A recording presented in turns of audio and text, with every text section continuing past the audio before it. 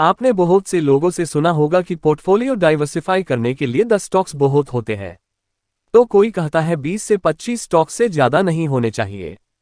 और इन लोगों का मानना है कि पोर्टफोलियो में 50 स्टॉक्स, 100 स्टॉक्स, 200 स्टॉक्स रख लेने से पोर्टफोलियो ओवर डाइवर्सिफाइड हो जाता है।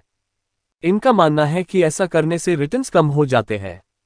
और ये लोग इसके पीछे का लॉजिक ये देते हैं कि तुम्हारे पोर्टफोलियो में एक ही सेक्टर के अलग अलग कंपनीज है, और क्योंकि तुम्हारे पास सेम सेक्टर्स की कंपनियां हैं इसलिए तुम्हें रिटर्न्स नहीं आएंगे।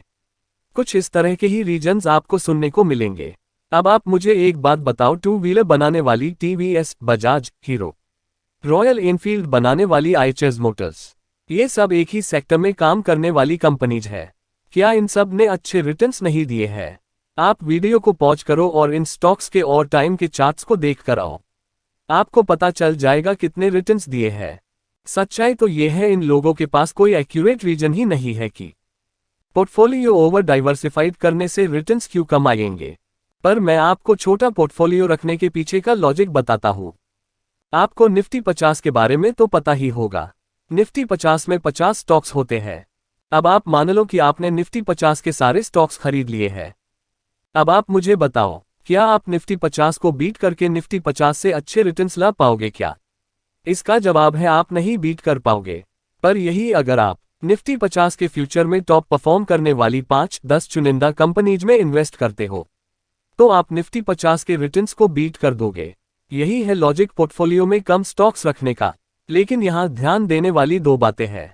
एक तो ये कि स्टॉक मार्केट में सिर्फ 50 कंपनियां ही नहीं है, और दूसरी ये कि फ्यूचर में टॉप परफॉर्म करने वाले स्टॉक्स में इन्वेस्ट करना है।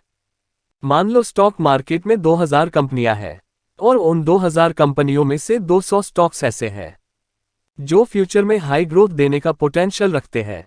तो मुझे बताओ, इन हाई ग्रोथ पोटेंशियल वाले स्टॉक्स में इन्वेस्ट न करने में भलाई है या नुकसान? मेरे हिसाब से तो नुकसान ही है। 200 क्या, अगर मुझे अच्छे रिटर्न्स कमाने के 1000 मौके मिलेंगे, मैं 1000 में इन्वेस्ट करूंगा। आखिर मौकों का फायदा न उठाने में कैसी समझदारी। दरअसल पोर्टफोलियो डाइवर्सिफाइड हो या ओवर डाइवर्सिफाइड, ये मैटर नहीं करता है।